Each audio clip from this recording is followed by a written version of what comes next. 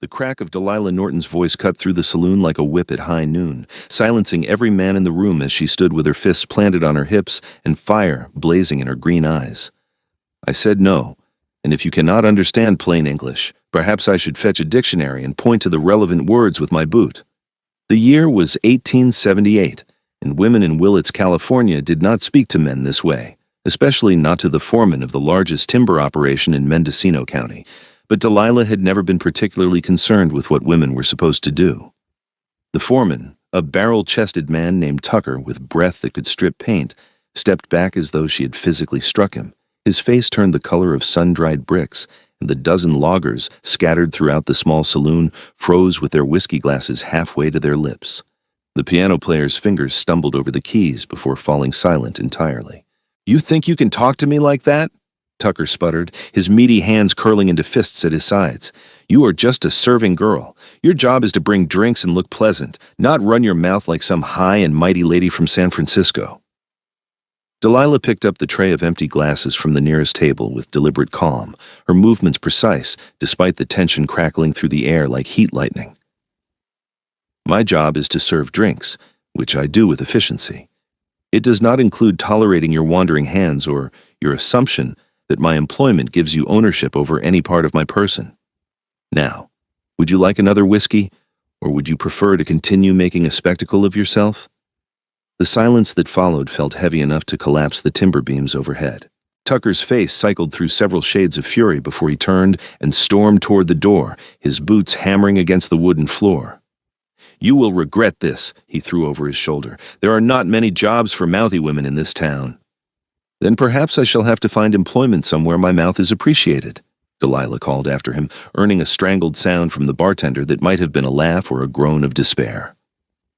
The door slammed hard enough to rattle the windows, and gradually the noise of the saloon resumed, though at a lower volume than before. Men muttered to each other, casting sidelong glances at Delilah as she continued her rounds as though nothing unusual had occurred. The bartender, a nervous man named Henry who jumped at his own shadow, wrung his hands in his apron and looked like he might weep. "Miss Norton," he began in a voice that trembled slightly, "Tucker owns half the businesses in this town through his connections with the timber company. If he decides to make trouble for you, there will not be much I can do to protect your position here." Delilah set the tray of glasses on the bar with a gentle clink. "I understand, Henry. You have been kind to employ me these past 6 months, and I hold no grudge if you need to let me go. But I will not apologize for defending myself against a man who thinks his money buys him the right to put his hands wherever he pleases." A deep voice rumbled from the corner of the room, rich and rough as river stones. She should not have to apologize. Every head in the saloon turned toward the speaker. The man sat alone at a corner table, half hidden in shadow, but even seated it was clear he was enormous. When he stood, unfolding himself to his full height, several men actually took a step backward. He had to be at least 6.5 feet tall, with shoulders broad enough to block out the lamplight behind him. His hair hung past his collar, dark brown and sun-streaked, and a thick beard covered the lower half of his face.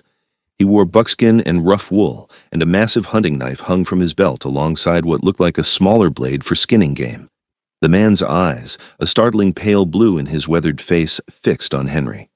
"How much does she make in a week here?" Henry stammered, his Adam's apple bobbing. That is, about $3, plus meals in a room upstairs." The giant man reached into a leather pouch at his belt and placed several coins on the bar with deliberate precision. The gold caught the lamplight, gleaming. "That is $12, a month's wages. If Tucker causes trouble, you can tell him the mountain man, Zeke Pearson, does not appreciate men who threaten women for having a spine." The name sent a visible ripple through the room. Even Delilah, who had been in Willits for only half a year, had heard of Zeke Pearson. He was a legend in the mountains, a trapper and hunter who came into town perhaps 3 times a year to trade his furs and restock his supplies before vanishing back into the wilderness. Stories about him ranged from the plausible to the fantastical, but everyone agreed on certain facts. He was stronger than any 2 normal men. He could track anything that walked or crawled, and he had once killed a grizzly bear with nothing but his knife when it charged him near his cabin.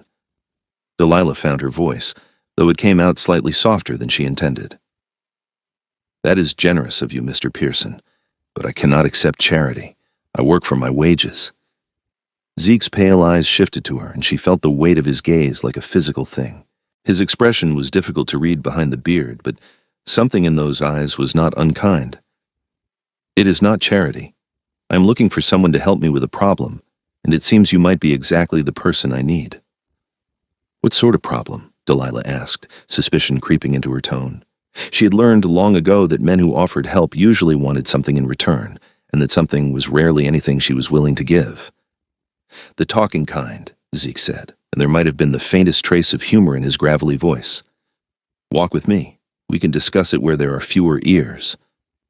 Delilah glanced at Henry, who looked torn between relief at the potential solution to his Tucker problem and concern for her safety. She made her decision in a heartbeat, untying her apron and hanging it on the hook behind the bar. "If you try anything untoward, Mr. Pearson, I should warn you that I carry a Derringer in my pocket and I know how to use it." "Good," Zeke said simply. "A woman should be able to protect herself."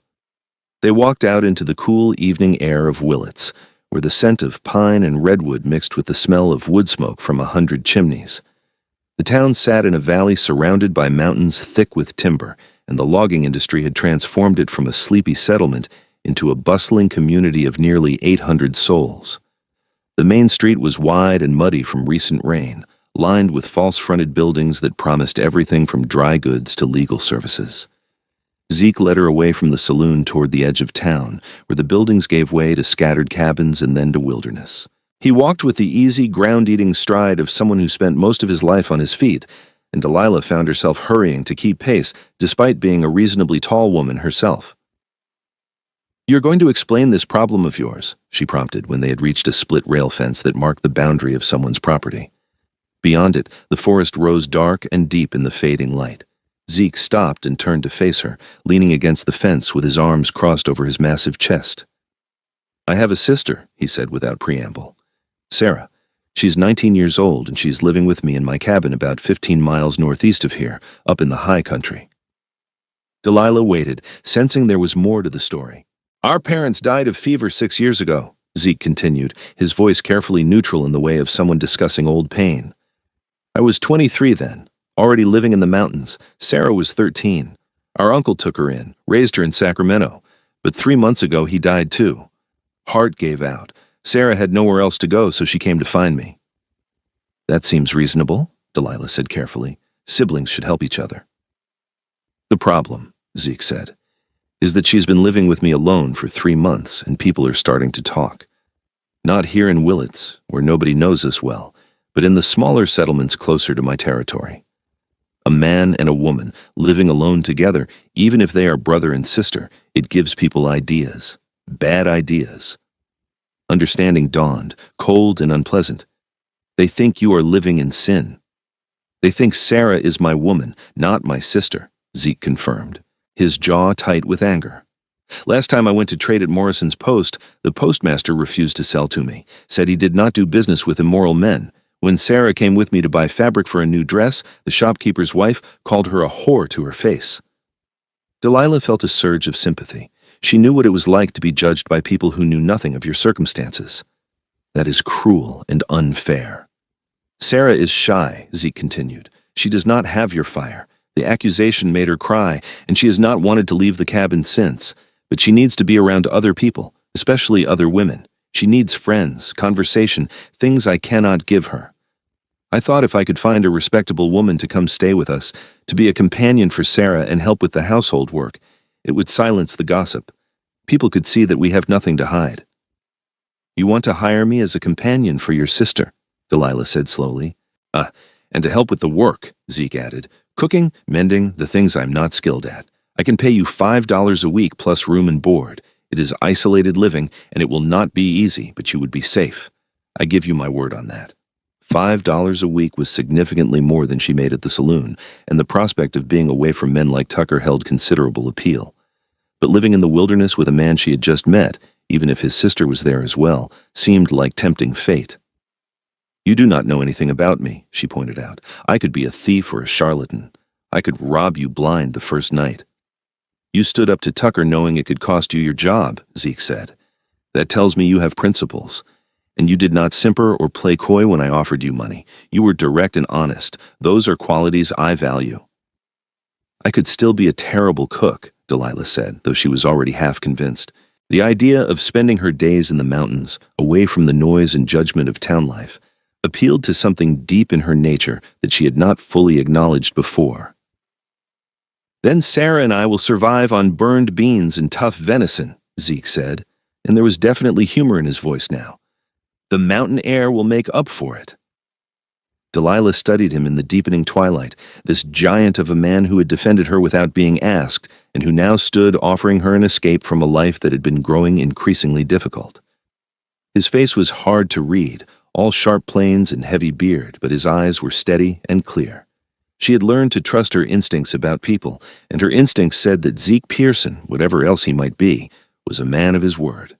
I would need to gather my things, she said, and I should tell Henry properly that I am leaving, not just disappear. Something that might have been relief crossed Zeke's features. We can leave in the morning. I have a wagon with supplies parked behind the general store. There is room for your belongings. How did you know I would agree? Delilah asked. I did not know, Zeke admitted. But I hoped. When I saw you face down Tucker, I thought to myself, there is a woman with courage. There is a woman who could handle mountain life. And when you told him you would not apologize for defending yourself, I knew you were exactly what Sarah needs, someone to show her that women do not have to be silent or afraid. The compliment, delivered in his matter-of-fact way, warmed something in Delilah's chest. The men in the saloon seemed shocked that I talked back to Tucker. They were shocked, Zeke agreed. Good. You will keep me honest always. The words hung in the air between them, weighted with a meaning that Delilah did not yet fully understand. But there was something in the way Zeke looked at her, something that made her pulse quicken in a way that had nothing to do with fear. I should get back, she said, suddenly needing to break the intensity of the moment. I have things to arrange.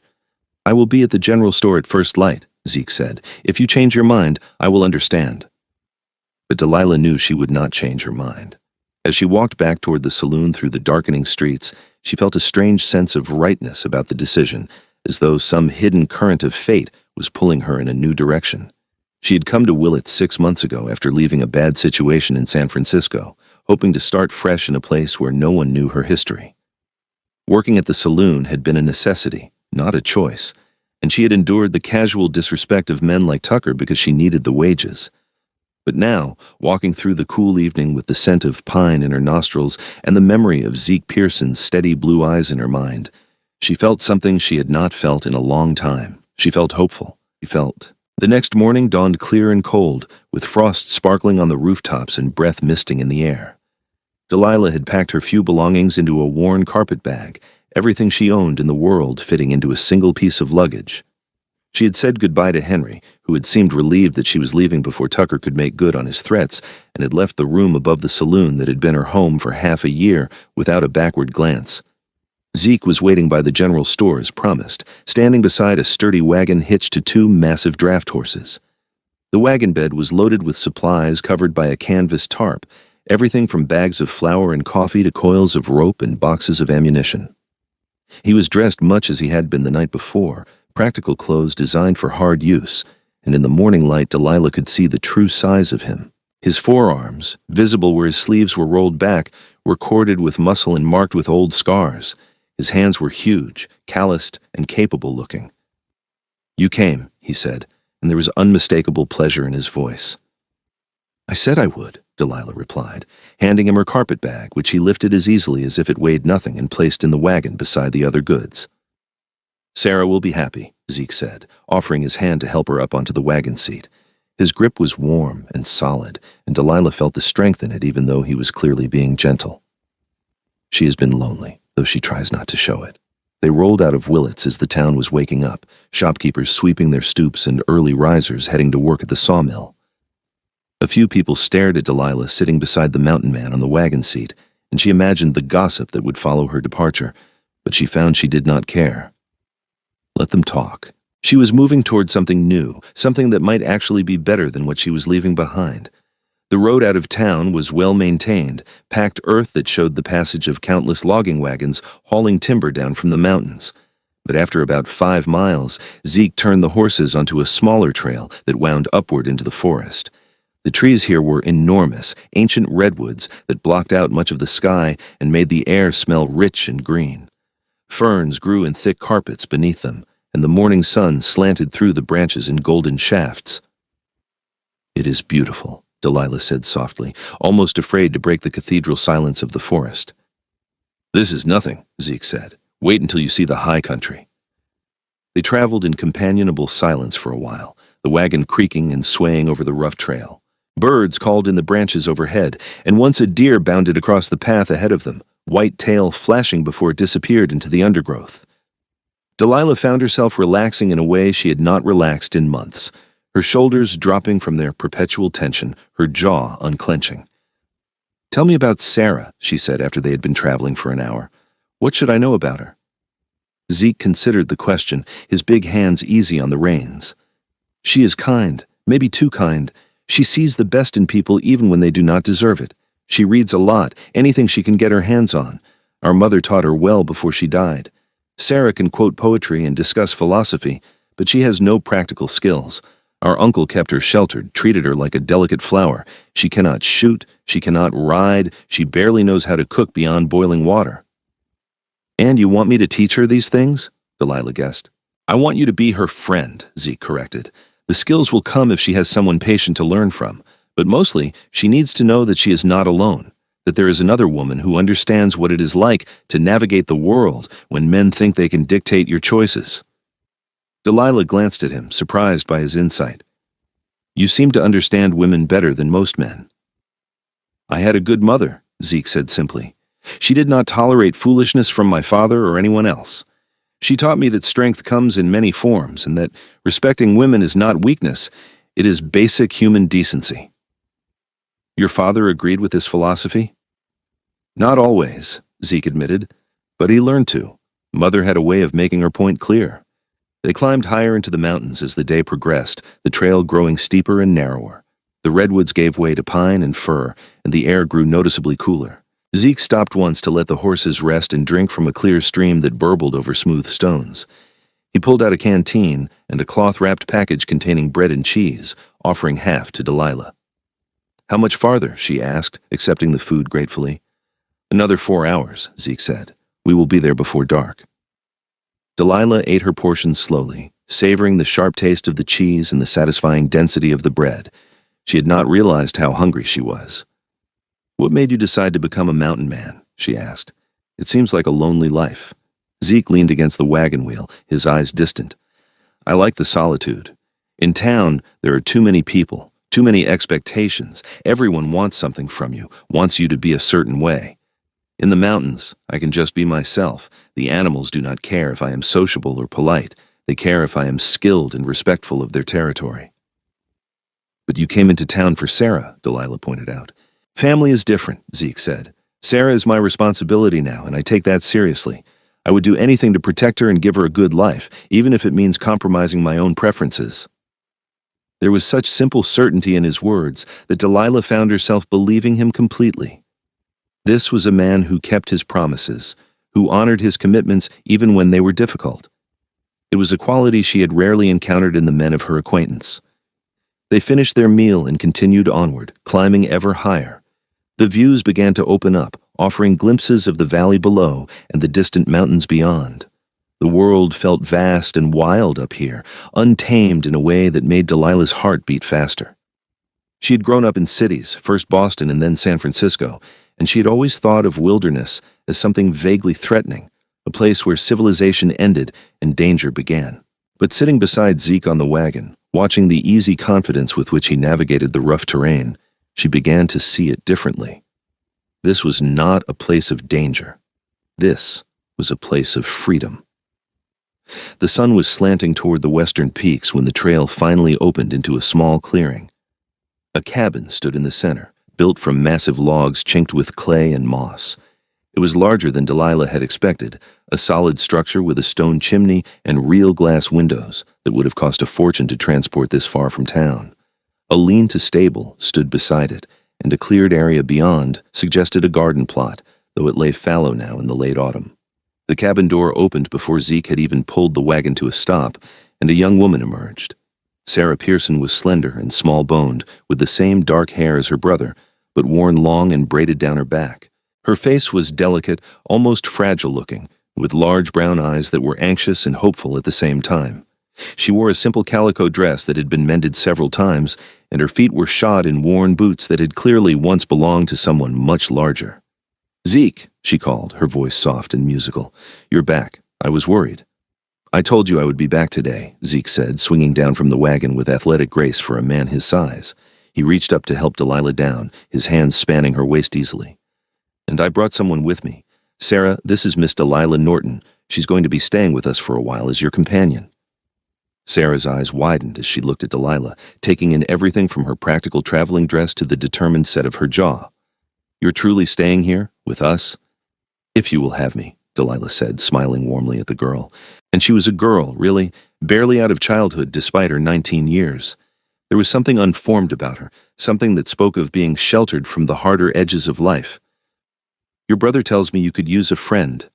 Tears suddenly brimmed in Sarah's eyes, and she pressed a hand to her mouth. "I am sorry," she said in a choked voice. "I do not mean to be foolish. It is just that I have been so lonely, and I was so afraid that no one would want to come all the way out here, that we would always be alone, and people would always say terrible things, and I would never have anyone to talk to except Zeke. And he is wonderful, but he does not understand things like how much I miss having another woman to share thoughts with." She ran out of breath at the end of the speech, and a single tear tracked down her cheek. Delilah felt her heart contract with sympathy. She stepped forward and took Sarah's hands in her own, squeezing gently. "I understand exactly what you mean," she said, "and I am here now, so you do not have to be lonely anymore." Sarah let out a sound that was half laugh, half sob, and then to Delilah's surprise, she threw her arms around her in an impulsive hug. Delilah stiffened for a moment, unused to such open affection, but then she relaxed and hugged the girl back. Over Sarah's shoulder, she caught Zeke's eye. He was watching them with an expression of such profound relief that she felt something shift in her chest, some barrier she had not known she was maintaining beginning to crumble. This was going to be more complicated than she had anticipated. But as Sarah pulled back, wiping her eyes and laughing at herself, Delilah thought that perhaps complicated was not necessarily bad. Perhaps it was just what she needed. Zeke unloaded the wagon with efficient speed, carrying supplies into the cabin as though the heavy bags weighed nothing at all. Sarah led Delilah inside, chattering nervously about the layout and apologizing for the rough conditions. But Delilah found the cabin charming in its rustic simplicity. The main room was large and open, with a stone fireplace dominating one wall and a sturdy table with benches in the center. Shelves lined another wall, holding dishes, cooking implements, and a surprising number of books. A ladder led up to a loft area where Delilah could see bedrolls and blankets. 2 doors opened off the main room, leading to what appeared to be small bedrooms. "Zeke built the cabin himself," Sarah said proudly. "It took him 2 years, working between his trapping and hunting. He wanted it to be solid enough to last generations." "It is impressive," Delilah said honestly. The craftsmanship was evident in every joint and beam. This was not the rough shack she had been half expecting, but a real home built with care and skill. "You can have this room," Sarah said, opening one of the doors to reveal a small but tidy space with a narrow bed, a chest of drawers, and a window that looked out toward the mountains. "I have been using it, but I can move my things to the loft. Zeke sleeps in the other room." "I cannot take your room," Delilah protested. "Please," Sarah said, her brown eyes earnest. "I want you to have it. I like sleeping in the loft anyway. It feels cozy up there." Delilah recognized that this was important to Sarah, a way of welcoming her and making her feel wanted. She nodded her acceptance, and Sarah beamed at her. Zeke appeared in the doorway, carrying Delilah's carpet bag. He had to duck slightly to avoid hitting his head on the frame. "Settling in?" he asked. "Yes," Delilah said. "Thank you for the room." "You will earn it," Zeke said, but there was warmth in his tone. "Tomorrow I need to check my trap lines, which means I will be gone most of the day. Sarah can show you around, introduce you to the routine." "I can do that," Sarah said eagerly. "Oh, this will be so wonderful. I will finally have someone to talk to about things that matter." Zeke caught Delilah's eye and winked, a quick conspiratorial gesture that made her want to smile. Then he withdrew, leaving the 2 women alone. That night, Delilah experienced her first meal in the mountain cabin. To her surprise, Zeke was not a terrible cook. He made a venison stew that was hearty and flavorful, with wild onions and carrots that Sarah said came from their garden over the summer. They ate by lamplight at the big table, Sarah chattering happily about everything and nothing, while Zeke listened with obvious affection for his sister. Delilah found herself relaxing in a way she had not relaxed in years. There was something about the isolation, the sense of being removed from the judgment and pettiness of town life, that allowed her to let down her guard.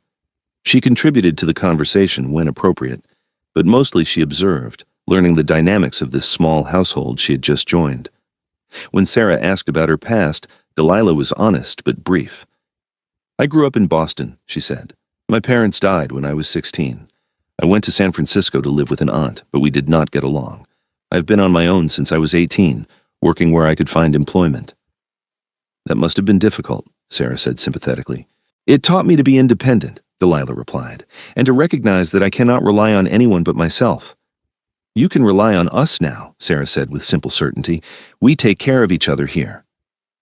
Zeke said nothing, but his eyes rested on Delilah with an expression she could not quite read. She felt heat rise to her cheeks and looked down at her bowl, suddenly flustered in a way that irritated her.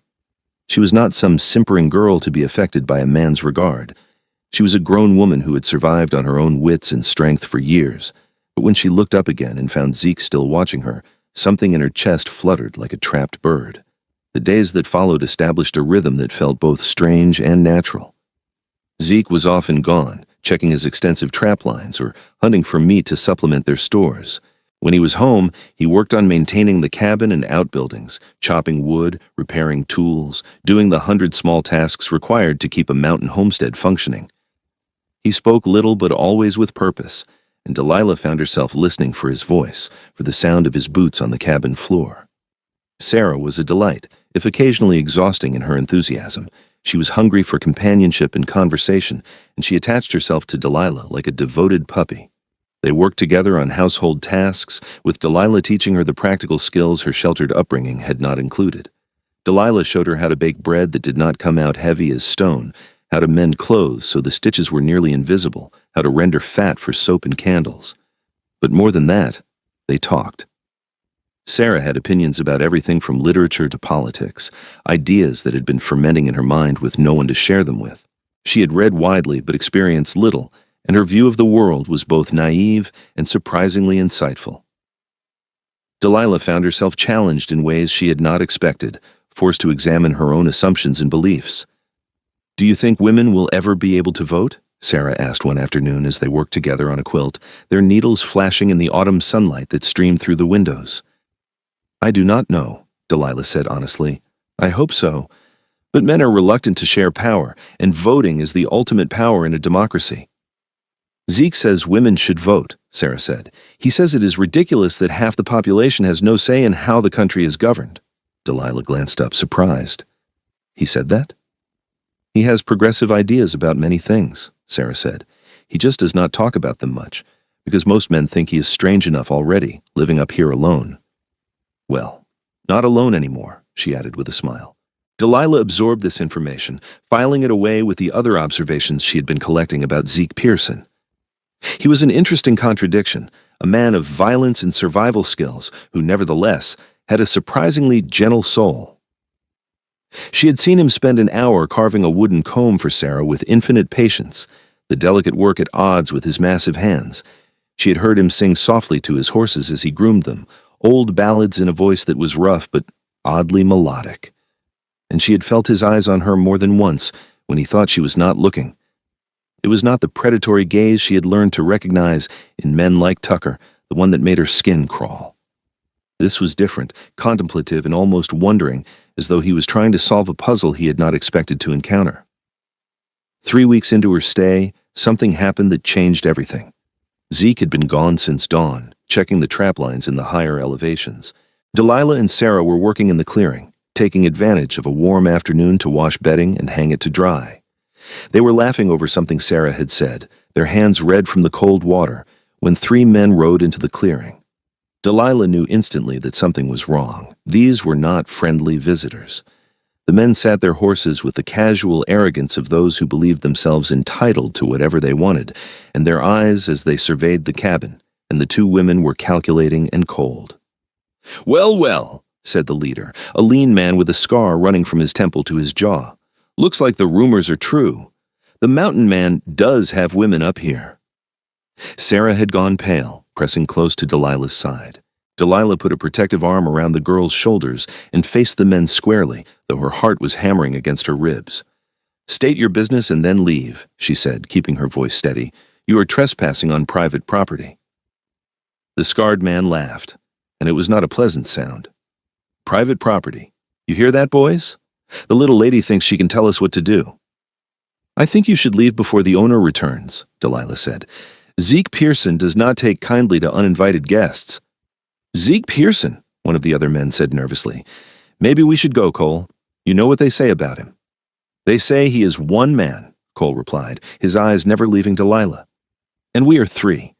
Besides, he's not here right now, is he? Just two women all alone. Seems a shame not to be neighborly. He dismounted, and the other two followed his example with obvious reluctance. Delilah's mind raced, calculating distances and options. The cabin was 20 feet away, and her derringer was inside in her room. Zeke's weapons were locked in a trunk he kept in his bedroom. There was an axe leaning against the woodpile, but it was behind the men, out of reach.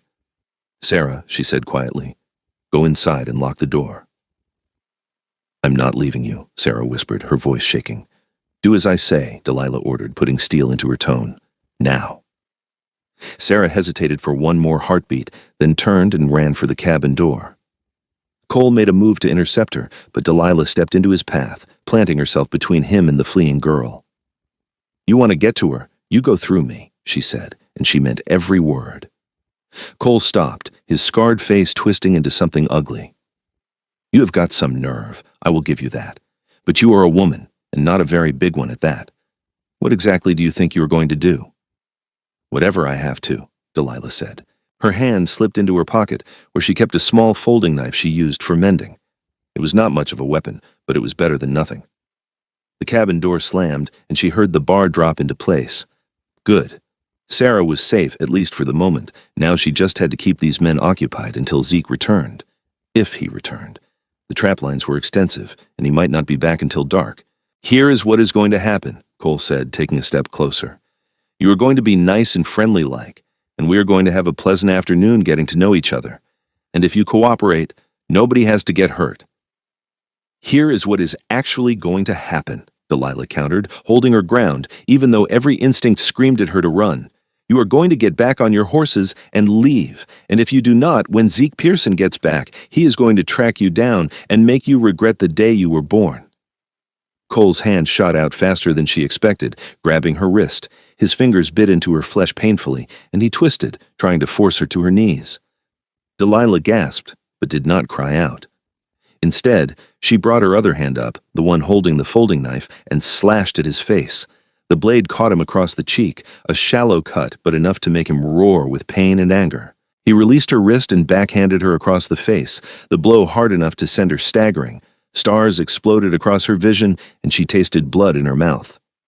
You're going to regret that, Cole snarled, advancing on her, and then a voice rolled across the clearing like thunder, deep and primal and filled with rage. Touch her again, and you are a dead man.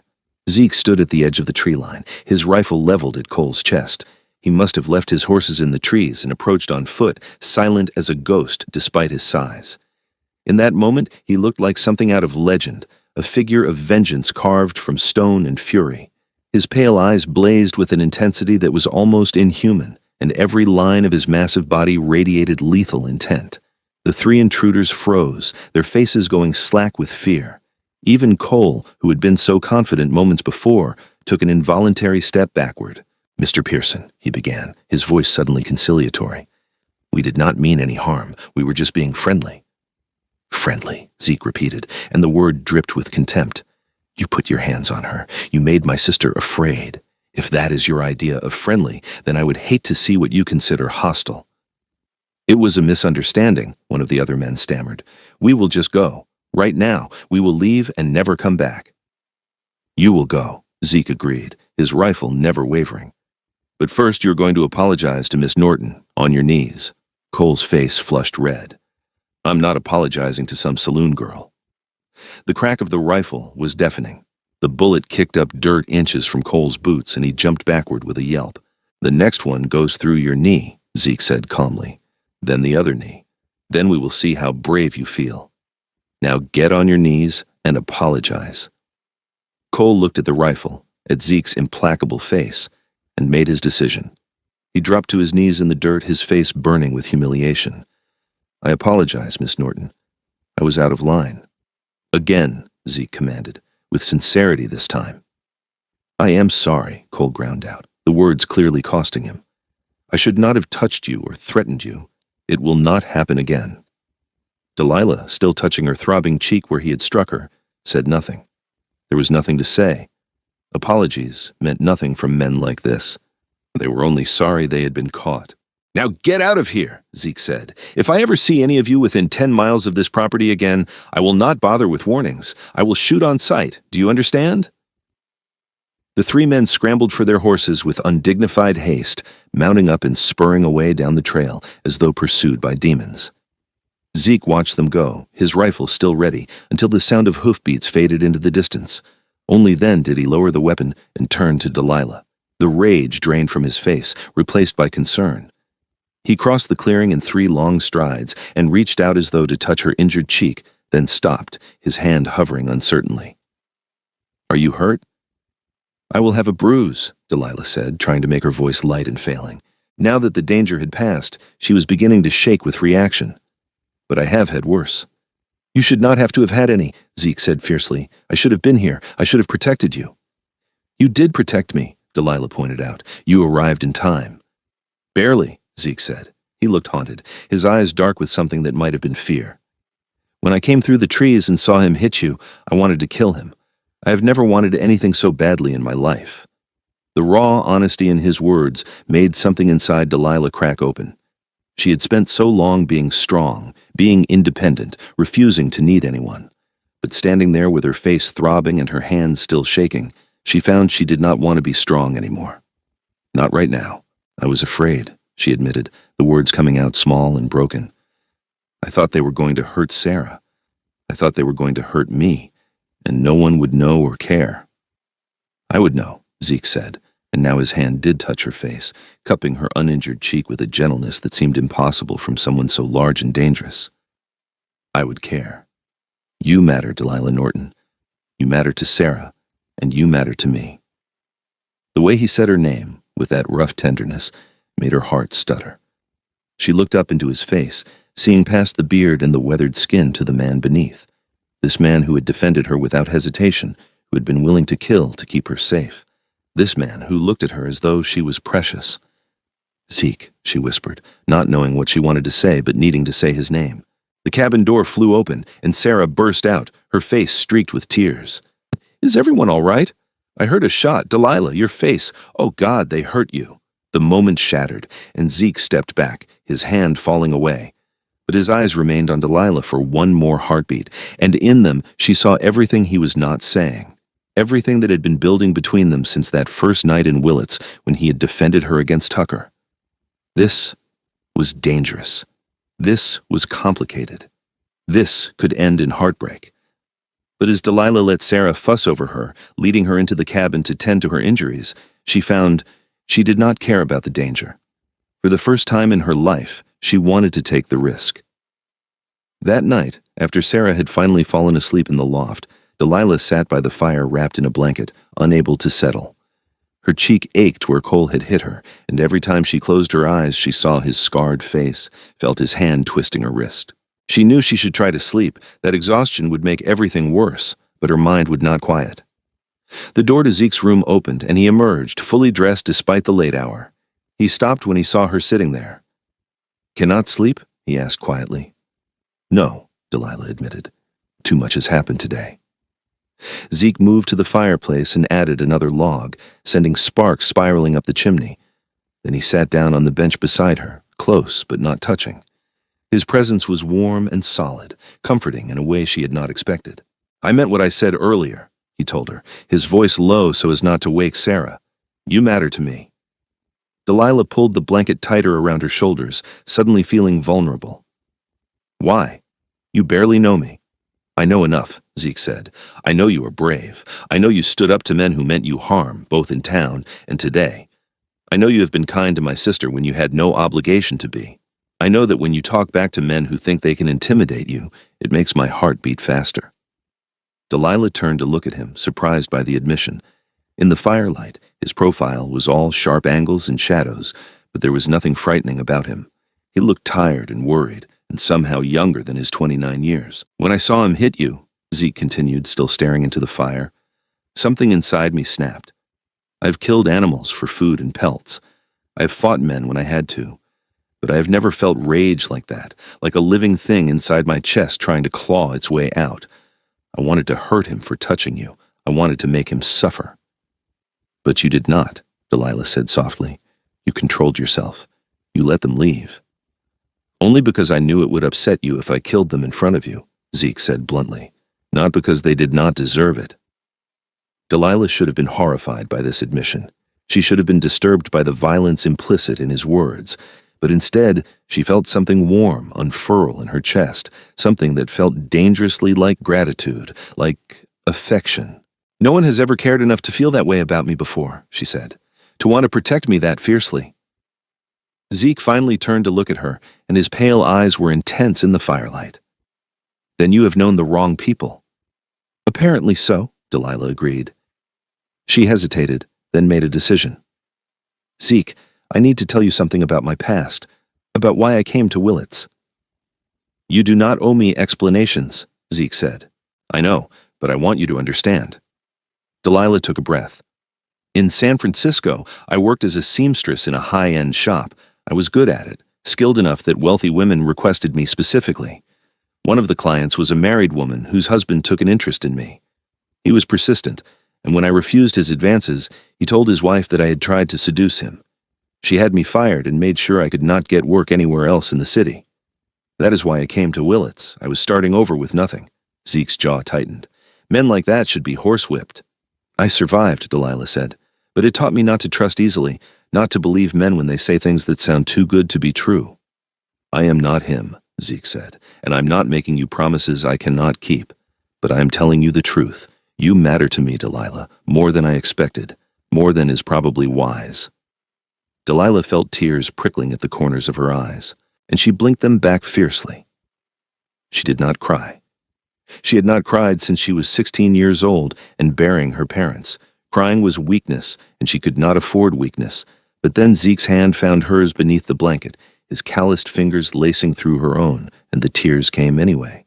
She cried for the girl she had been who had lost her parents too young. She cried for the years of struggle and loneliness and constant vigilance. She cried for the part of herself that had learned to expect betrayal and pain instead of kindness. And Zeke simply held her hand and let her cry, offering no platitudes or false comfort, just his silent presence. When the storm finally passed, and she sat there exhausted and wrung out, he produced a clean handkerchief from his pocket and handed it to her. Thank you, she said, her voice hoarse. For what? For not telling me everything will be fine, Delilah said. For not trying to fix it or make it better, for just being here. I will always be here, Zeke said, and it sounded like a vow. For as long as you want me. Delilah looked at their joined hands, his so much larger than hers, scarred and work-roughened, strong hands that could snap a man's neck but held hers with infinite gentleness. She thought about what it would mean to trust him, to let down the walls she had spent years building around her heart. It was terrifying. But sitting there in the firelight with his hand warm in hers, she found she wanted to be brave one more time. What if I want you for a very long time? She asked quietly. Zeke's fingers tightened around hers. Then I would count myself the luckiest man in the mountains. They sat together until the fire burned low, not speaking, just existing in the quiet warmth of the cabin. And when Delilah finally stood to go to her room, Zeke rose with her and pressed a kiss to her forehead, chaste and sweet and full of promise. Sleep well, he said. You too, Delilah replied, though she doubted either of them would. But when she lay down in her narrow bed, her hand still tingling from his touch, she fell asleep almost immediately and dreamed of mountain peaks and clear blue eyes. The weeks that followed took on a new quality, charged with possibility and unspoken feeling. Zeke and Delilah moved around each other with a new awareness, finding excuses to stand close, to brush hands, to exchange glances that lasted a moment too long. Sarah noticed, of course, and she was delighted, scheming in her innocent way to throw them together at every opportunity. "Delilah, you should go help Zeke check the smokehouse," she would say. "I can finish this mending on my own." Or, "Zeke, why do you not take Delilah to see the waterfall you told me about?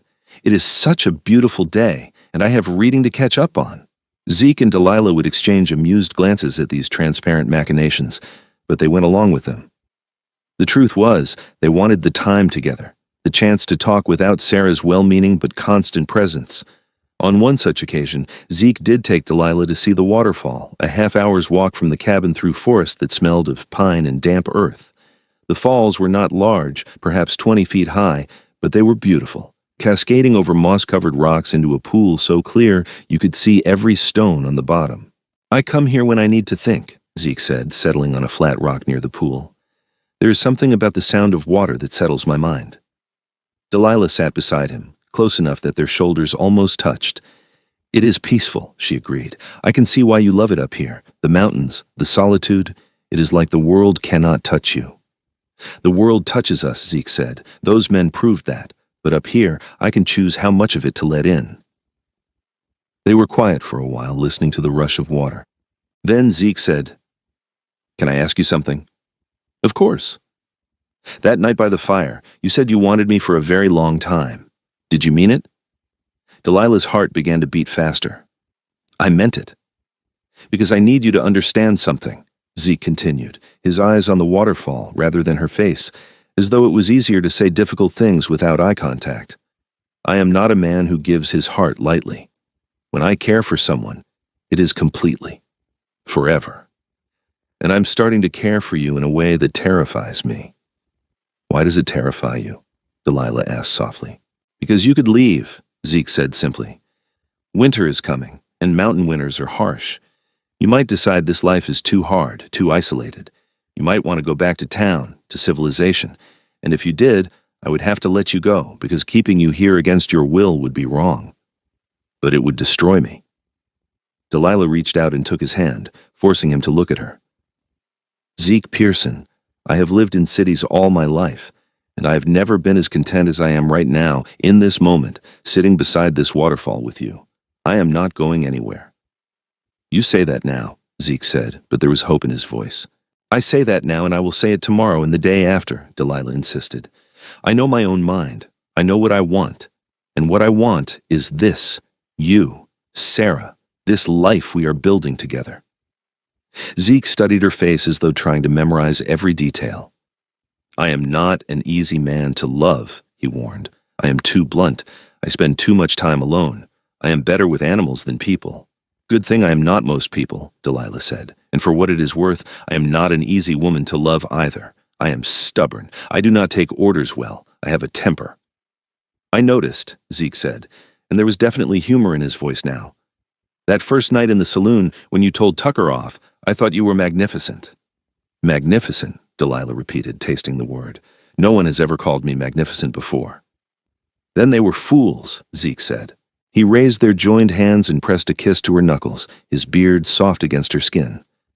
"Delilah Norton, you are the most magnificent woman I have ever met, and I am falling in love with you. I thought you should know." The words hung in the air between them, weighted with significance. Delilah felt her throat tighten with emotion. Men had said they loved her before, but it had always been a prelude to demands, to expectations of what she should give them in return. This felt different. This felt like a gift being offered with no strings attached. "I am falling in love with you too," she said, and watched his face transform, joy breaking across his features like sunrise over the mountains. "I tried not to. I told myself it was foolish, that I should protect my heart. But I cannot help it. You make me feel safe. You make me feel seen. You make me want things I thought I had given up on." "What things?" Zeke asked. "A home," Delilah said. "A partner. Someone who values my opinions and does not try to silence me when I speak my mind. You said that night in town that I would keep you honest, but you keep me hopeful, and that is a much greater gift." Zeke pulled her closer, wrapping his arm around her shoulders. She leaned into his strength, fitting against his side as though she had been made to be there.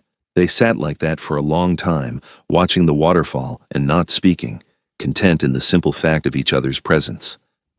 Finally, as the sun began to sink toward the western peaks, Zeke said, "We should head back. Sarah will worry."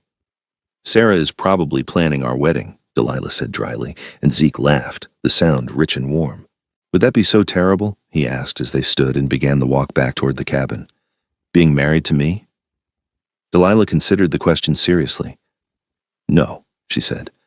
"It would not be terrible at all. But we should probably wait more than 6 weeks before making such a permanent decision." "Probably," Zeke agreed. "Though for what it is worth, I already know I want to marry you. I knew it that first night when you told Tucker you would not apologize. I thought, there is the woman I want beside me for the rest of my life." "You decided you wanted to marry me based on one conversation?" Delilah asked, torn between amusement and disbelief. "I decided you were worth knowing better," Zeke corrected. "The wanting to marry you part has developed over the past weeks, watching you with Sarah, seeing how you have adapted to life up here, the way you hum while you work, the way you laugh at Sarah's jokes even when they are not funny, the way you look at the mountains like they are something sacred. I could list 100 reasons, but they all add up to the same thing. You belong here. With us. With me." Delilah felt tears sting her eyes again, but these were happy tears. "Ask me again in the spring," she said, "when you have seen me through a mountain winter and still think I am magnificent." "I will," Zeke promised, "and you will say yes." "Probably," Delilah admitted, and his grin was worth every risk she was taking. Winter came to the mountains with dramatic suddenness, the first snow falling in early November and blanketing the world in white silence. Delilah had never experienced anything like it, the way the snow transformed the familiar landscape into something alien and beautiful. The cabin became an island of warmth in a frozen sea, and the three of them drew closer together, bound by necessity as much as affection.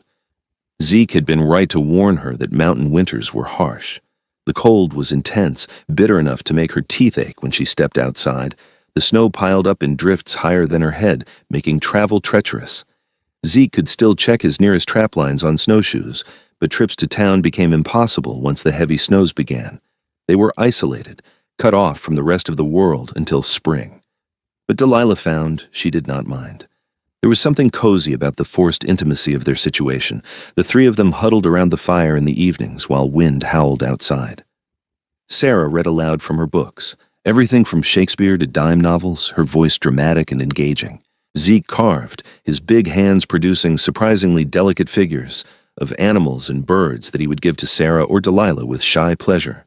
And Delilah sewed, mending their clothes and making new ones from fabric Zeke had brought back from his last trip to town. They talked for hours, about everything and nothing.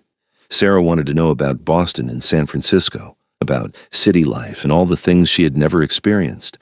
Delilah told her stories, editing out the darker parts but trying to give her a realistic picture. Zeke talked about his years in the mountains, the places he had been, and the things he had seen. He was a natural storyteller when he chose to be, his voice painting vivid pictures of encounters with wildlife and narrow escapes from danger. And gradually, naturally, Delilah and Zeke found moments alone together. After Sarah went to bed in the loft, they would sit by the fire and talk in low voices, sharing pieces of themselves they had never shared with anyone else. Zeke told her about the guilt he still carried over not being there when his parents died, how he had been out on a long trapping expedition and had not even known they were sick until he returned to find them buried. Delilah told him about the loneliness of her years on her own, the constant fear of being hurt or betrayed, the exhaustion of always having to be strong. They kissed for the first time during a snowstorm in mid-December. Delilah had gone out to the woodpile to bring in more logs for the fire, and Zeke had followed to help her. The snow was falling so thickly that the cabin was barely visible from the woodpile, and the world felt hushed and private, as though they were the only two people alive. Zeke took the logs from her arms and set them aside, then cupped her face in his hands, his palms warm against her cold cheeks. "I have been wanting to do this for weeks," he said, his breath misting in the frigid air. "Then do it," Delilah said, her heart racing. He kissed her softly at first, tentative, giving her room to pull away if she wanted. But she did not want to pull away. She wanted to press closer, to feel the solid strength of him against her, to taste his lips and know that this was real. The kiss deepened, becoming urgent and hungry, weeks of restrained desire finally finding release. When they finally broke apart, both breathing hard, Zeke rested his forehead against hers. "I love you," he said. "God help me, I love you so much." "I love you too," Delilah whispered back, "so much that it frightens me." "We can be frightened together," Zeke said and kissed her again. After that, they were less careful about hiding their feelings. Sarah noticed immediately, of course, and her delight was almost comical. She teased them gently but with obvious happiness, pleased to see her brother finding joy with someone who clearly adored him. "I knew it," she crowed one evening after catching them holding hands by the fire. "I knew from the moment Zeke brought you home that you were meant to be together." "You did not know any such thing," Zeke said, but he was smiling. "I absolutely did," Sarah insisted. "You could not stop looking at her, and she was trying very hard to pretend she was not looking at you. It was adorably obvious." "We were not that obvious," Delilah protested. "You were," Sarah said firmly. "But it was sweet. You were both so strong and independent, but together you are softer somehow, better, like two rough stones that have polished each other smooth." It was a surprisingly poetic observation, and Delilah felt her eyes prick with tears. "That's a lovely way to put it," she said. "It is true," Sarah said. "You have been good for each other. Zeke smiles more. You seem more at peace. I am grateful to have you both in my life." Zeke reached out and ruffled his sister's hair with obvious affection. "We are grateful to have you too, little sister, even when you are insufferably smug about your matchmaking skills." Sarah batted his hand away, laughing. "Someone had to take charge. Left to yourselves, you both would have danced around each other until spring." She was probably right, Delilah reflected. Without Sarah's gentle pushing, she and Zeke might have been too cautious, too afraid of ruining what they had. But Sarah had given them permission to take the risk, and now they had something precious and rare. Christmas came, and they celebrated simply but happily. Delilah made a special meal with dried fruit and the last of their precious sugar. Zeke surprised them both with gifts he had been secretly working on for weeks, a beautifully carved box for Sarah to keep her letters and mementos in, and a comb for Delilah made from polished horn with delicate flowers etched into the handle. "It is beautiful," Delilah said, running her fingers over the intricate carving. "You made this?" "I wanted you to have something pretty," Zeke said, looking almost embarrassed. "Something that was not just practical." Delilah kissed him, not caring that Sarah was watching with a delighted grin. "I love it. I will treasure it always." That night, after Sarah had gone to bed, Zeke and Delilah stood together by the window, looking out at the moonlight on the snow. The world outside was silent and silver, beautiful in its frozen stillness. "I have something else for you," Zeke said quietly. He reached into his pocket and pulled out a small object wrapped in cloth. "I was going to wait until spring, like you said, but I cannot wait anymore." Delilah unwrapped the cloth with trembling fingers. Inside was a ring, simple and elegant, made from gold with a small green stone set in the center. "It was my mother's," Zeke said. "The only piece of jewelry she owned. My father gave it to her when they got married. I've been carrying it with me since I left Sacramento after the funeral, not knowing what to do with it. But now I know. It belongs on your finger if you will have it." Delilah looked up at him, her vision blurred with tears. "Are you asking me to marry you?" "Yes," Zeke said simply. "I know it is not spring yet. I know we have not known each other that long by conventional standards, but I know my heart, and my heart is yours. Will you marry me, Delilah Norton? Will you be my wife, and make this cabin a home and spend your life with me in these mountains?" There was only one possible answer. "Yes," Delilah said, her voice breaking on the word. "Yes, I will marry you." Zeke slipped the ring onto her finger, and it fit perfectly, as though it had been made for her. Then he pulled her into his arms and held her close, and Delilah felt a happiness so intense it was almost painful. "I love you," he murmured into her hair. "I will love you until the day I die." "And I love you," Delilah said. "My mountain man, my heart." They stood there in the moonlight, holding each other while the snow fell softly outside, and Delilah knew with absolute certainty that she had found what she had been searching for all her life. Not just love, but home. Not just safety, but belonging. Not just a man who would protect her, but a partner who would stand beside her through whatever came. The winter passed in a blur of contentment. Delilah wore her ring with pride, and they began making plans for a wedding in the spring. They would have to go into town to find a preacher, and they would invite the few people they knew, though the celebration would be small and simple. Sarah was beside herself with excitement, already planning what she would wear and what food they would serve. She threw herself into preparations with characteristic enthusiasm, and Delilah led her, amused and touched by her investment in their happiness. But as February arrived and the days began to grow gradually longer, something unexpected happened. Sarah fell ill. It started with a cough that she dismissed as nothing, but within days she was feverish and weak, struggling to breathe. Zeke and Delilah were frantic, trying every remedy they knew, but nothing seemed to help. Sarah grew worse instead of better, her fever spiking dangerously high, her breath coming in labored gasps. "We need to get her to a doctor," Delilah said, her voice tight with fear. "She needs medicine we do not have." "The snow is too deep," Zeke said, but his face was anguished. "I cannot get a wagon through. Even on horseback it would take days, and she is too weak to travel." "Then you go," Delilah said. "Ride to town and bring a doctor back. I will stay with her." Zeke looked torn, clearly hating the idea of leaving them. But Sarah's condition was deteriorating rapidly, and they both knew that without medical help, she might not survive. "I can make it in a day and a half if I push hard," Zeke said. "Be back in 3 days with a doctor. Can you keep her alive that long?" "I will do whatever it takes," Delilah promised. "Just go. Please." Zeke kissed her hard, a desperate meeting of lips that tasted of fear and love. "Keep her alive," he said. "Keep yourself safe. I will move heaven and earth to get back to you." Then he was gone, riding out into the snow on his strongest horse, and Delilah was alone with Sarah. She spent the next 3 days in a state of constant vigilance, sponging Sarah's fevered body with cool water, forcing her to drink broth and water even when she did not want to, sitting beside her bed and praying to a God she was not sure she believed in. Sarah drifted in and out of consciousness, sometimes lucid and sometimes delirious. In her lucid moments, she clutched Delilah's hand and whispered her fears. "I am going to die," she said one night, her voice barely audible. "I can feel it." "You are not going to die," Delilah said fiercely. "I will not allow it. Zeke is bringing a doctor, and you are going to get better, and you are going to be at our wedding wearing your best dress and crying happy tears." "Promise me something," Sarah said, her brown eyes huge in her pale face. "If I do die, promise me you will take care of Zeke. He will blame himself. He always blames himself. But it would not be his fault. Promise me you will make him see that."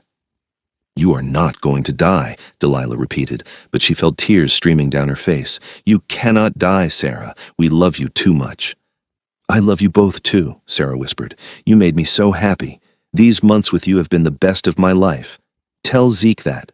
Tell him I was happy." Then she slipped back into fevered sleep, and Delilah sat there holding her hand and weeping, terrified that she was about to lose this sweet girl who had become like a sister to her. But Sarah was stronger than she looked. The fever broke on the 3rd day, just hours before Zeke returned with a doctor in tow. When the doctor examined her, he pronounced her past the crisis, though she would need careful nursing and rest for several more weeks. "She is out of danger," the doctor said, packing up his bag. "Whatever you did, young lady, it worked. You kept her alive." Delilah sagged with relief so profound it made her dizzy. Zeke caught her before she could fall, holding her up with his strength. "You saved her," he said, his voice rough with emotion. "Thank you. Thank you for keeping your promise." "I could not let her die," Delilah said. "She is family." Zeke held her close, and she felt the dampness of tears on his cheeks pressed against her hair. They stood like that for a long moment, clinging to each other while Sarah slept peacefully in the next room, finally out of danger. The doctor stayed overnight and left in the morning, accepting Zeke's payment and his gratitude. Sarah's recovery was slow but steady, and by the time spring finally arrived, melting the snow and opening the trails, she was almost back to her normal self, though thinner, and still easily tired. They postponed the wedding until Sarah was strong enough to enjoy it, and when the day finally came in late April, it was everything Delilah had hoped for. They rode into Willits together, the 3 of them, and were married in the small church by a preacher who seemed bemused by the unusual nature of their household, but willing to perform the ceremony nonetheless. Sarah stood up as Delilah's witness, wearing the new dress they had made for her, her face glowing with happiness. A few townspeople attended, curious about the mountain man and his bride, including Henry from the saloon, who wished them well with obvious sincerity. When the preacher asked if Zeke would take Delilah as his lawfully wedded wife, his "I do" rang out clear and strong, leaving no doubt in anyone's mind. And when it was Delilah's turn, she looked into Zeke's pale blue eyes and said her own, "I do," with absolute certainty. They sealed their vows with a kiss that made Sarah sigh romantically and the preacher clear his throat. Then they were married, husband and wife, bound together by law and love. The celebration afterward was modest, held in the saloon where Delilah had once worked. Henry had closed for the afternoon and provided food and drink, and the few people who had come to the wedding toasted the couple's health and happiness. Even Tucker showed up, though he stayed only long enough to offer stiff congratulations before departing, clearly uncomfortable in Zeke's presence. As the sun began to set, they climbed back into the wagon for the journey home. Sarah dozed in the back, exhausted but happy, while Zeke and Delilah sat together on the seat, her head on his shoulder. "Are you happy, Mrs. Pearson?" Zeke asked, his voice warm with contentment. "Happier than I ever thought possible," Delilah replied honestly. "You?" "I have everything I ever wanted," Zeke said. "A wife I love, a sister who is healthy, a home in the mountains. I am the most fortunate man alive." They rode home through the spring evening, the world around them coming alive with new growth and possibility. And Delilah thought about how far she had come from that day in the saloon when she had stood up to Tucker and Zeke had decided she was exactly what he needed. She had been right to take the risk. She had been right to believe in him, in them, in the possibility of happiness. And now, she had a lifetime to enjoy the fruits of that courage. The years that followed were good ones. Zeke and Delilah built a life together in the mountains, working side by side to maintain their home and expand their small homestead. Delilah learned to shoot and ride and track, skills that Zeke taught her with patience and pride. She became as comfortable in the wilderness as she had once been in cities, able to read the signs of weather and wildlife, to navigate by stars and landmarks. Sarah eventually met a young man at one of the rare social gatherings they attended in town, a schoolteacher named Daniel, who was gentle and educated and utterly devoted to her. They courted properly, with Zeke playing the protective older brother role with convincing fierceness, though he admitted to Delilah in private that he liked Daniel and thought he would make Sarah happy. Sarah married when she was 21, and she and Daniel moved to a larger town 50 miles away where he had secured a position at an established school. It was hard to see her go, but Delilah and Zeke were happy for her, knowing she would have the life of intellectual stimulation and community she craved. With Sarah gone, the cabin felt emptier, but also more intimately theirs. Zeke and Delilah fell into new rhythms, their partnership deepening with each passing season. They talked about everything, argued occasionally but always fairly, and made love with a passion that never diminished despite the passage of time. 2 years after their wedding, Delilah discovered she was pregnant. The news filled them both with joy and terror in equal measure. They were far from medical help, and childbirth was dangerous even under the best circumstances. But Delilah was healthy and strong, and when her time came in the early winter, she labored for 12 hours before delivering a squalling, healthy baby boy. They named him Jacob, and he had his father's blue eyes and his mother's determination. From the moment he could walk, he was exploring, getting into everything, fearless in the way of young children. Zeke was a devoted father, carrying his son on his shoulders through the forest, teaching him the names of trees and animals, showing him how to be gentle with small creatures and respectful of large ones. Delilah watched them together and felt her heart swell with love so intense it was almost painful. This was what happiness looked like. This was what she had been searching for all those years when she had thought herself alone in the world. 3 years after Jacob came a daughter, whom they named Emma. She was quieter than her brother, more thoughtful, with dark hair like Delilah's, and a smile that could light up a room.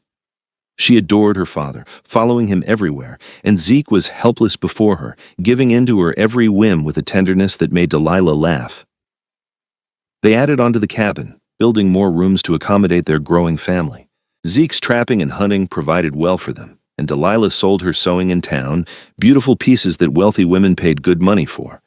They were not rich, but they were comfortable, and more importantly, they were content.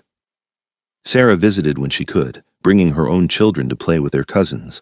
The cabin would fill with noise and laughter, and Delilah would watch the chaos with satisfaction, remembering the lonely woman she had been, and marveling at how much her life had changed. On their 10th wedding anniversary, Zeke surprised her by taking her back to the waterfall where he had first told her he was falling in love with her. The children were staying with Sarah for a few days, giving them rare time alone together.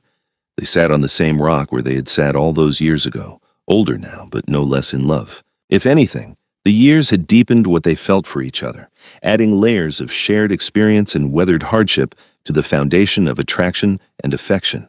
"Do you ever regret it?" Zeke asked, taking her hand in his. "Giving up the life you might have had in cities, the opportunities you might have found elsewhere?" Delilah did not have to think about her answer. "Never, not once. This is exactly where I'm supposed to be. Even when the winters are hard, when money is tight, when the children are sick or the roof leaks or any of the 100 other difficulties we face? Especially then," Delilah said, "because we face them together, because I know that whatever happens, you will be beside me. That is worth more than any comfort or opportunity."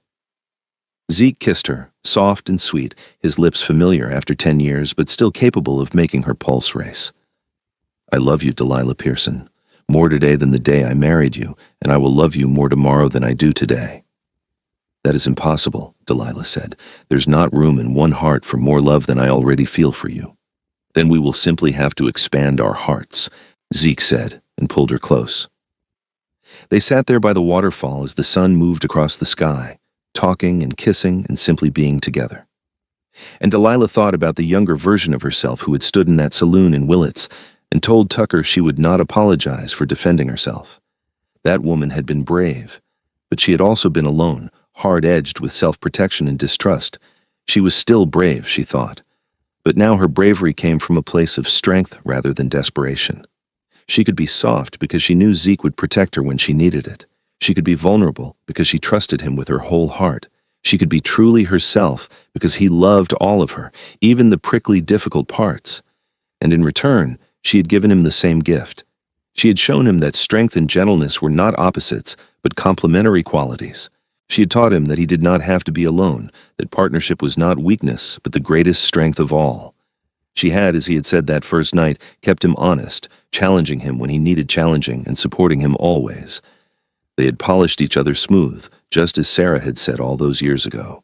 Two rough stones becoming something beautiful through constant contact. As they rode back to the cabin that evening, the setting sun painting the mountains gold and purple, Delilah felt a profound sense of peace. This was her life. This was her love. This was her home, and she would not trade it for anything in the world. The years continued to pass, bringing joys and sorrows as all lives do. Zeke's hair began to gray at the temples, and Delilah found silver threads in her own dark locks. Their children grew, Jacob becoming serious and thoughtful, interested in books and learning like his Aunt Sarah. Emma became wild and fearless, more at home in the forest than anywhere else, her father's daughter through and through. When Jacob was 15 and Emma 12, they added one more child to their family, a surprise late in life. They named him Thomas, and he was sweet-natured and affectionate, adored by his older siblings and doted on by his parents.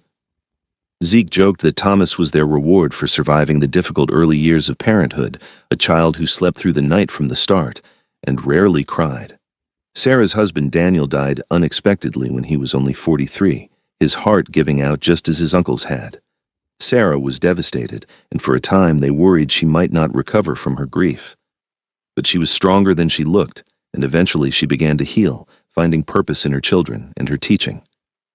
She moved back to the mountains, buying a small house in Willits, where she could be closer to Zeke and Delilah.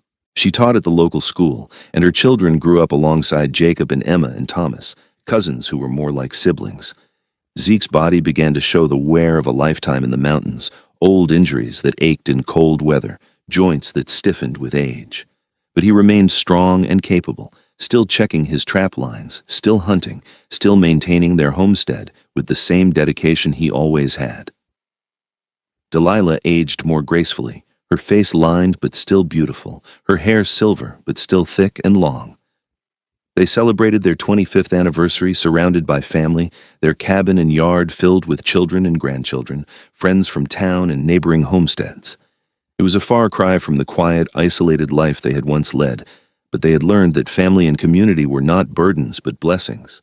That night, after everyone had left and the cabin was quiet again, Zeke and Delilah sat together by the fire, just as they had on that long-ago night after the confrontation with Cole and his men. 25 years, Delilah said wonderingly. Where did the time go? Into building a life, Zeke said. Into raising children and loving each other and making a home in these mountains. Do you ever think about what your life would have been like if I had not agreed to come with you that day? Delilah asked. I try not to, Zeke admitted, because the thought of living without you is unbearable. You are the best part of me, Delilah. You always have been. And you are mine, Delilah said softly. You took a frightened, angry woman and showed her what love could be, what partnership could be. You gave me a home and a family and a life I had never dared to dream of. You were never frightened, Zeke said. Cautious, maybe, protective of your heart, but never frightened. That is what I loved about you from the beginning. Your courage, your refusal to be diminished or silenced. I am glad I talked back to Tucker that night, Delilah said. I am glad you were there to hear it. I am glad you shocked everyone in that saloon by refusing to apologize for being strong, Zeke said, because it meant I got to say what I thought that first night, that you would keep me honest always. And you have. You have been my conscience and my courage, my partner in all things. They sat in companionable silence, watching the flames dance in the fireplace. Outside, the mountain night was alive with sounds, the call of an owl, the rustle of wind through pine trees, the distant howl of a coyote, familiar sounds, comforting in their constancy. I would do it all again, Delilah said suddenly. Every moment, every choice, every difficulty. If it meant ending up here, with you, I would do it all exactly the same. As would I, Zeke said. He stood and offered her his hand, pulling her to her feet. Come to bed, Mrs. Pearson. We have earned our rest. They walked to their bedroom hand in hand, their steps slower than they once were, but no less sure. And as Delilah lay beside her husband in the darkness, listening to his breathing slow into sleep, she felt a contentment so deep it was almost transcendent. This was what happily ever after looked like. Not perfection, but partnership. Not ease, but effort rewarded. Not the absence of challenges, but the presence of someone to face them with. She had talked back to men, and they had been shocked. But Zeke had seen her defiance as a virtue, not a flaw. He had recognized in her the strength and spirit he wanted beside him always. And together, they had built something beautiful and lasting in these wild mountains. As Delilah drifted off to sleep, her last thought was one of profound gratitude. Gratitude for the courage to speak her mind that night in the saloon. Gratitude for Zeke's wisdom in recognizing her worth. Gratitude for every moment of the life they had created together. They lived in the mountains for the rest of their days, growing old together with grace and love. Their children thrived, carrying forward the values they had been taught: respect, courage, honesty, compassion. Their grandchildren played in the same forests where Jacob and Emma had played, learning to love the wilderness as their grandparents did. And when Zeke and Delilah finally passed, many years later and within months of each other, they were buried on the hillside overlooking their cabin, together in death as they had been in life. The stone that marked their graves was simple but perfect. Zeke Pearson and Delilah Norton Pearson, beloved partners, forever home. Their legacy lived on in the family they had created, in the land they had stewarded, in the love they had demonstrated. And somewhere in the mountain air, in the whisper of wind through pine trees and the rush of waterfall over stone, their spirits remained, bound together for eternity as they had been bound in life. Because some love stories are not just about romance. They are about finding your place in the world, about recognizing the person who sees you truly and loves you completely. They are about building something that lasts beyond a single lifetime, creating ripples that extend into the future in ways you can never fully know. Zeke and Delilah's story was one of those love stories. It began with a woman who refused to be silenced and a man who recognized that her voice was exactly what he needed. It grew through hardship and joy, through seasons and years, through the small moments and grand gestures that comprise a life well lived. And it ended, as all good stories must, with the certainty that what they had built together would endure long after they were gone. Their children would tell their grandchildren about the mountain man and the saloon girl who fell in love against all odds, about the woman who talked back and the man who loved her for it, about two people who found in each other exactly what they had been searching for all along: home, partnership, love that lasted forever. And in the end, that was more than enough. That was everything.